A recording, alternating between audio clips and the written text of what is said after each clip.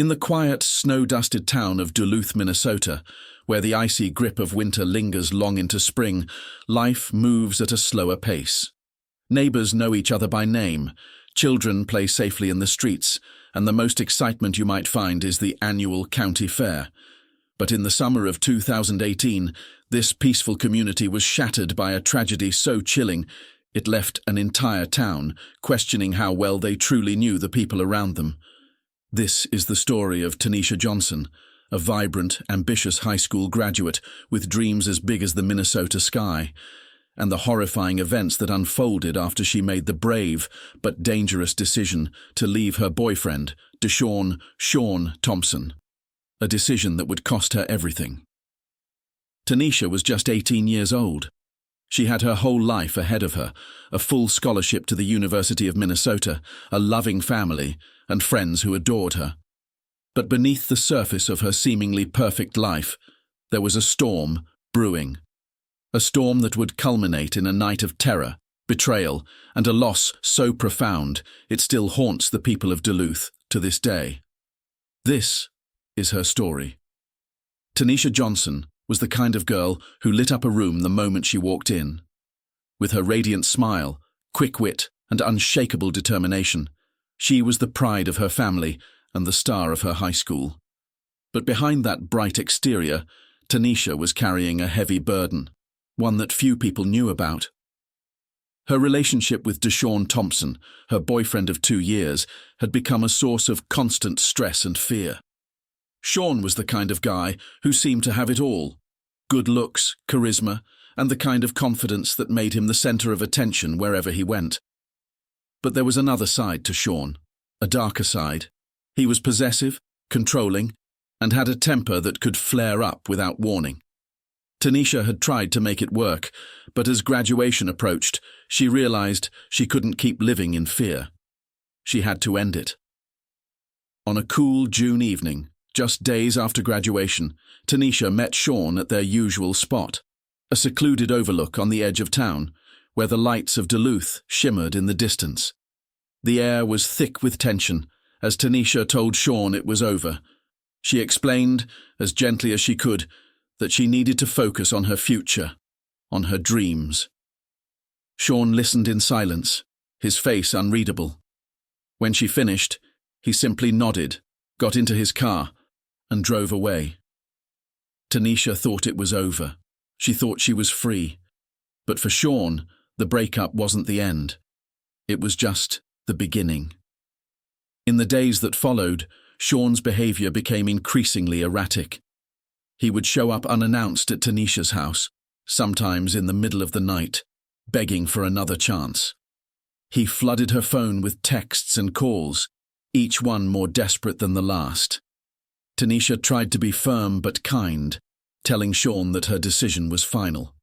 But Sean wasn't used to hearing the word no. Tanisha's friends and family urged her to stay strong, but the constant harassment was wearing her down. She started to feel like she was being watched, like Sean was always just around the corner, waiting. Her once bright future began to feel clouded by fear. And then, on the night of July 4th, everything changed. Independence Day in Duluth is a time for celebration. Fireworks light up the sky over Lake Superior, and the streets are filled with laughter and music. That year, Tanisha was invited to a party at a friend's house on the outskirts of town. She was hesitant to go, knowing Sean might be there, but she didn't want to let fear control her life. She decided to go, to prove to herself that she could move on. The party was in full swing when Tanisha arrived. The air was thick with the smell of barbecue and the sound of music blasting from speakers. Tanisha tried to relax, to enjoy the night, but she couldn't shake the feeling that something was off. She kept catching glimpses of Sean out of the corner of her eye, watching her from across the yard. His expression was unreadable, but there was a coldness in his eyes that sent a shiver down her spine. As the night wore on, Tanisha decided it was time to leave. She said her goodbyes and headed out to her car, unaware that Sean was following her. She had just reached her car when he appeared out of the shadows, blocking her path. Tanisha's heart raced, but she tried to remain calm. She pleaded with Sean to leave her alone, her voice trembling. But Sean wasn't listening. What happened next would leave the town of Duluth forever scarred, and Tanisha's family searching for answers that would never come. That night, Tanisha Johnson never made it home. Her family waited, their anxiety growing with each passing hour. By morning, her mother, LaToya Johnson, was frantic.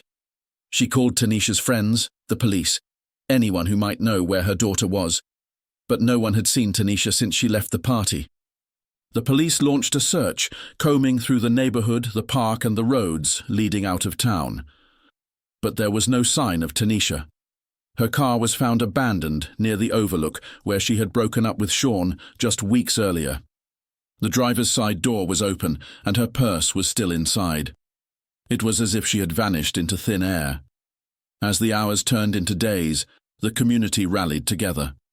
Flyers with Tanisha's face were posted on every street corner, and search parties scoured the dense woods surrounding Duluth. But as hope began to fade, all eyes turned to one person: Sean Thompson. Sean had always been a charmer, the kind of guy who could talk his way out of anything. But now, under the harsh glare of suspicion, his facade began to crack.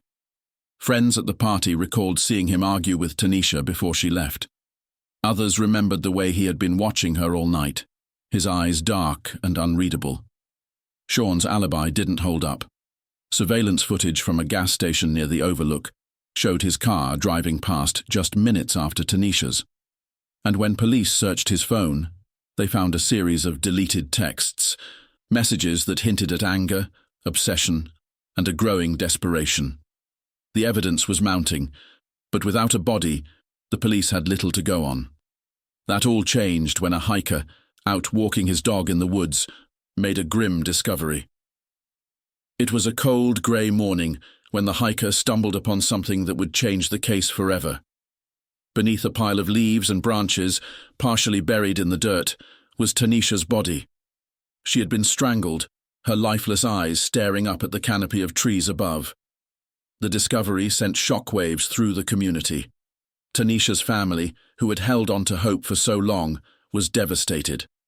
Her mother, LaToya, collapsed when she heard the news, her cries echoing through the quiet streets of Duluth.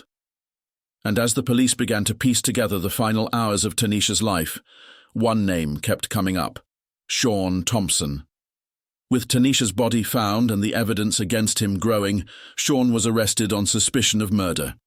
During the interrogation, he alternated between anger and tears, insisting he had nothing to do with Tanisha's death. But the detectives weren't convinced. The evidence told a different story. Tanisha's DNA was found under Sean's fingernails, and her phone records showed that he had called her repeatedly in the hours leading up to her death.